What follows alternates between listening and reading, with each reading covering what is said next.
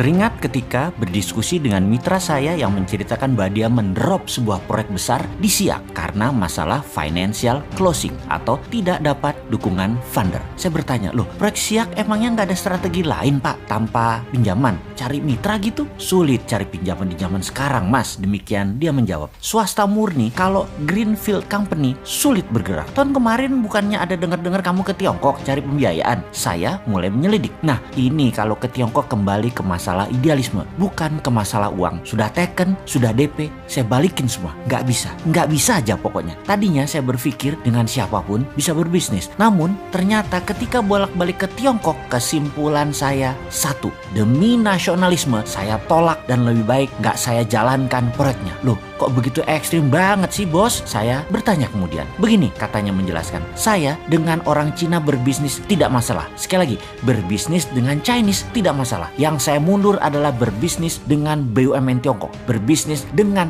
negara Tiongkok. Dengan mata kepala sendiri saya melihat dan memahami setelah bolak-balik dengan mereka dalam 1 tahun terakhir ini. Pertemuan demi pertemuan, diskusi dan menyaksikan sendiri apa dan siapa mereka. Tiongkok itu membagi dua secara global bisnisnya. Dalam negeri, swasta yang mengelola, yang bermain kira-kira 80%. Luar negeri, BUMN Tiongkok yang bermain hampir 90%-nya. Pemerintah dukung dana, dukung fasilitas lainnya ke BUMN Tiongkok untuk menggarap luar negeri. Dengan 1,5 miliar manusia di Tiongkok, mereka memerlukan pangan dan kerja buat penduduknya. Tiongkok membuat grand strategi dan policy. China is not a country. China is civilization. China itu bukan negara, tetapi komunitas. Diaspora Cina menguasai seluruh jagat raya. 2-5% di sebuah negara, pasti diaspora Cina berada di sana. Dan bagi mereka, yaitu Tiongkok, melihat mereka semua itu adalah satu civilization yang bisa dimanfaatkan akar budayanya. Lalu saya perhatikan,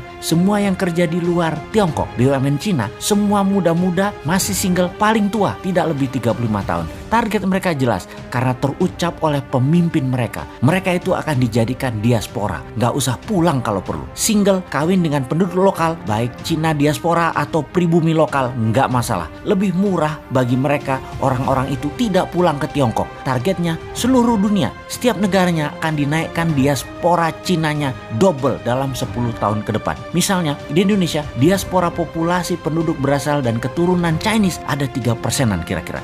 Dalam 10 tahun akan menjadi 6% dari jumlah penduduk. Ini mungkin banyak yang tidak percaya informasi seperti ini. Ini strategi Tiongkok. Ini bagian dari obor One Belt One Road. Yang 3% itu saudara kita. Tapi yang baru itu mesin perang. Dan akan tidak nyaman saudara yang sudah berpaspor hijau dari sejak lama. Namun itulah taktik perang ekonomi dan hybrid war ala Rusia Morishkova 2.0.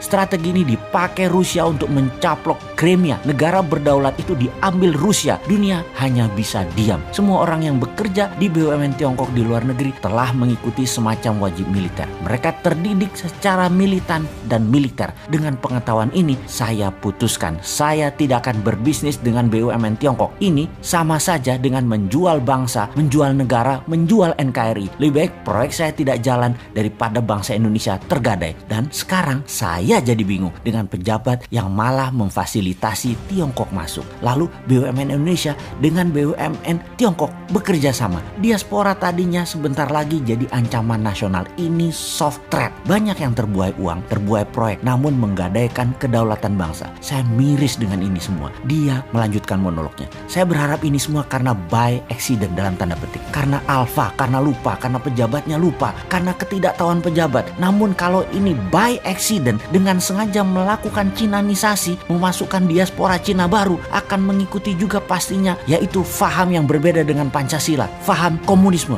Menurut saya, rakyat rasanya tidak akan diam nih.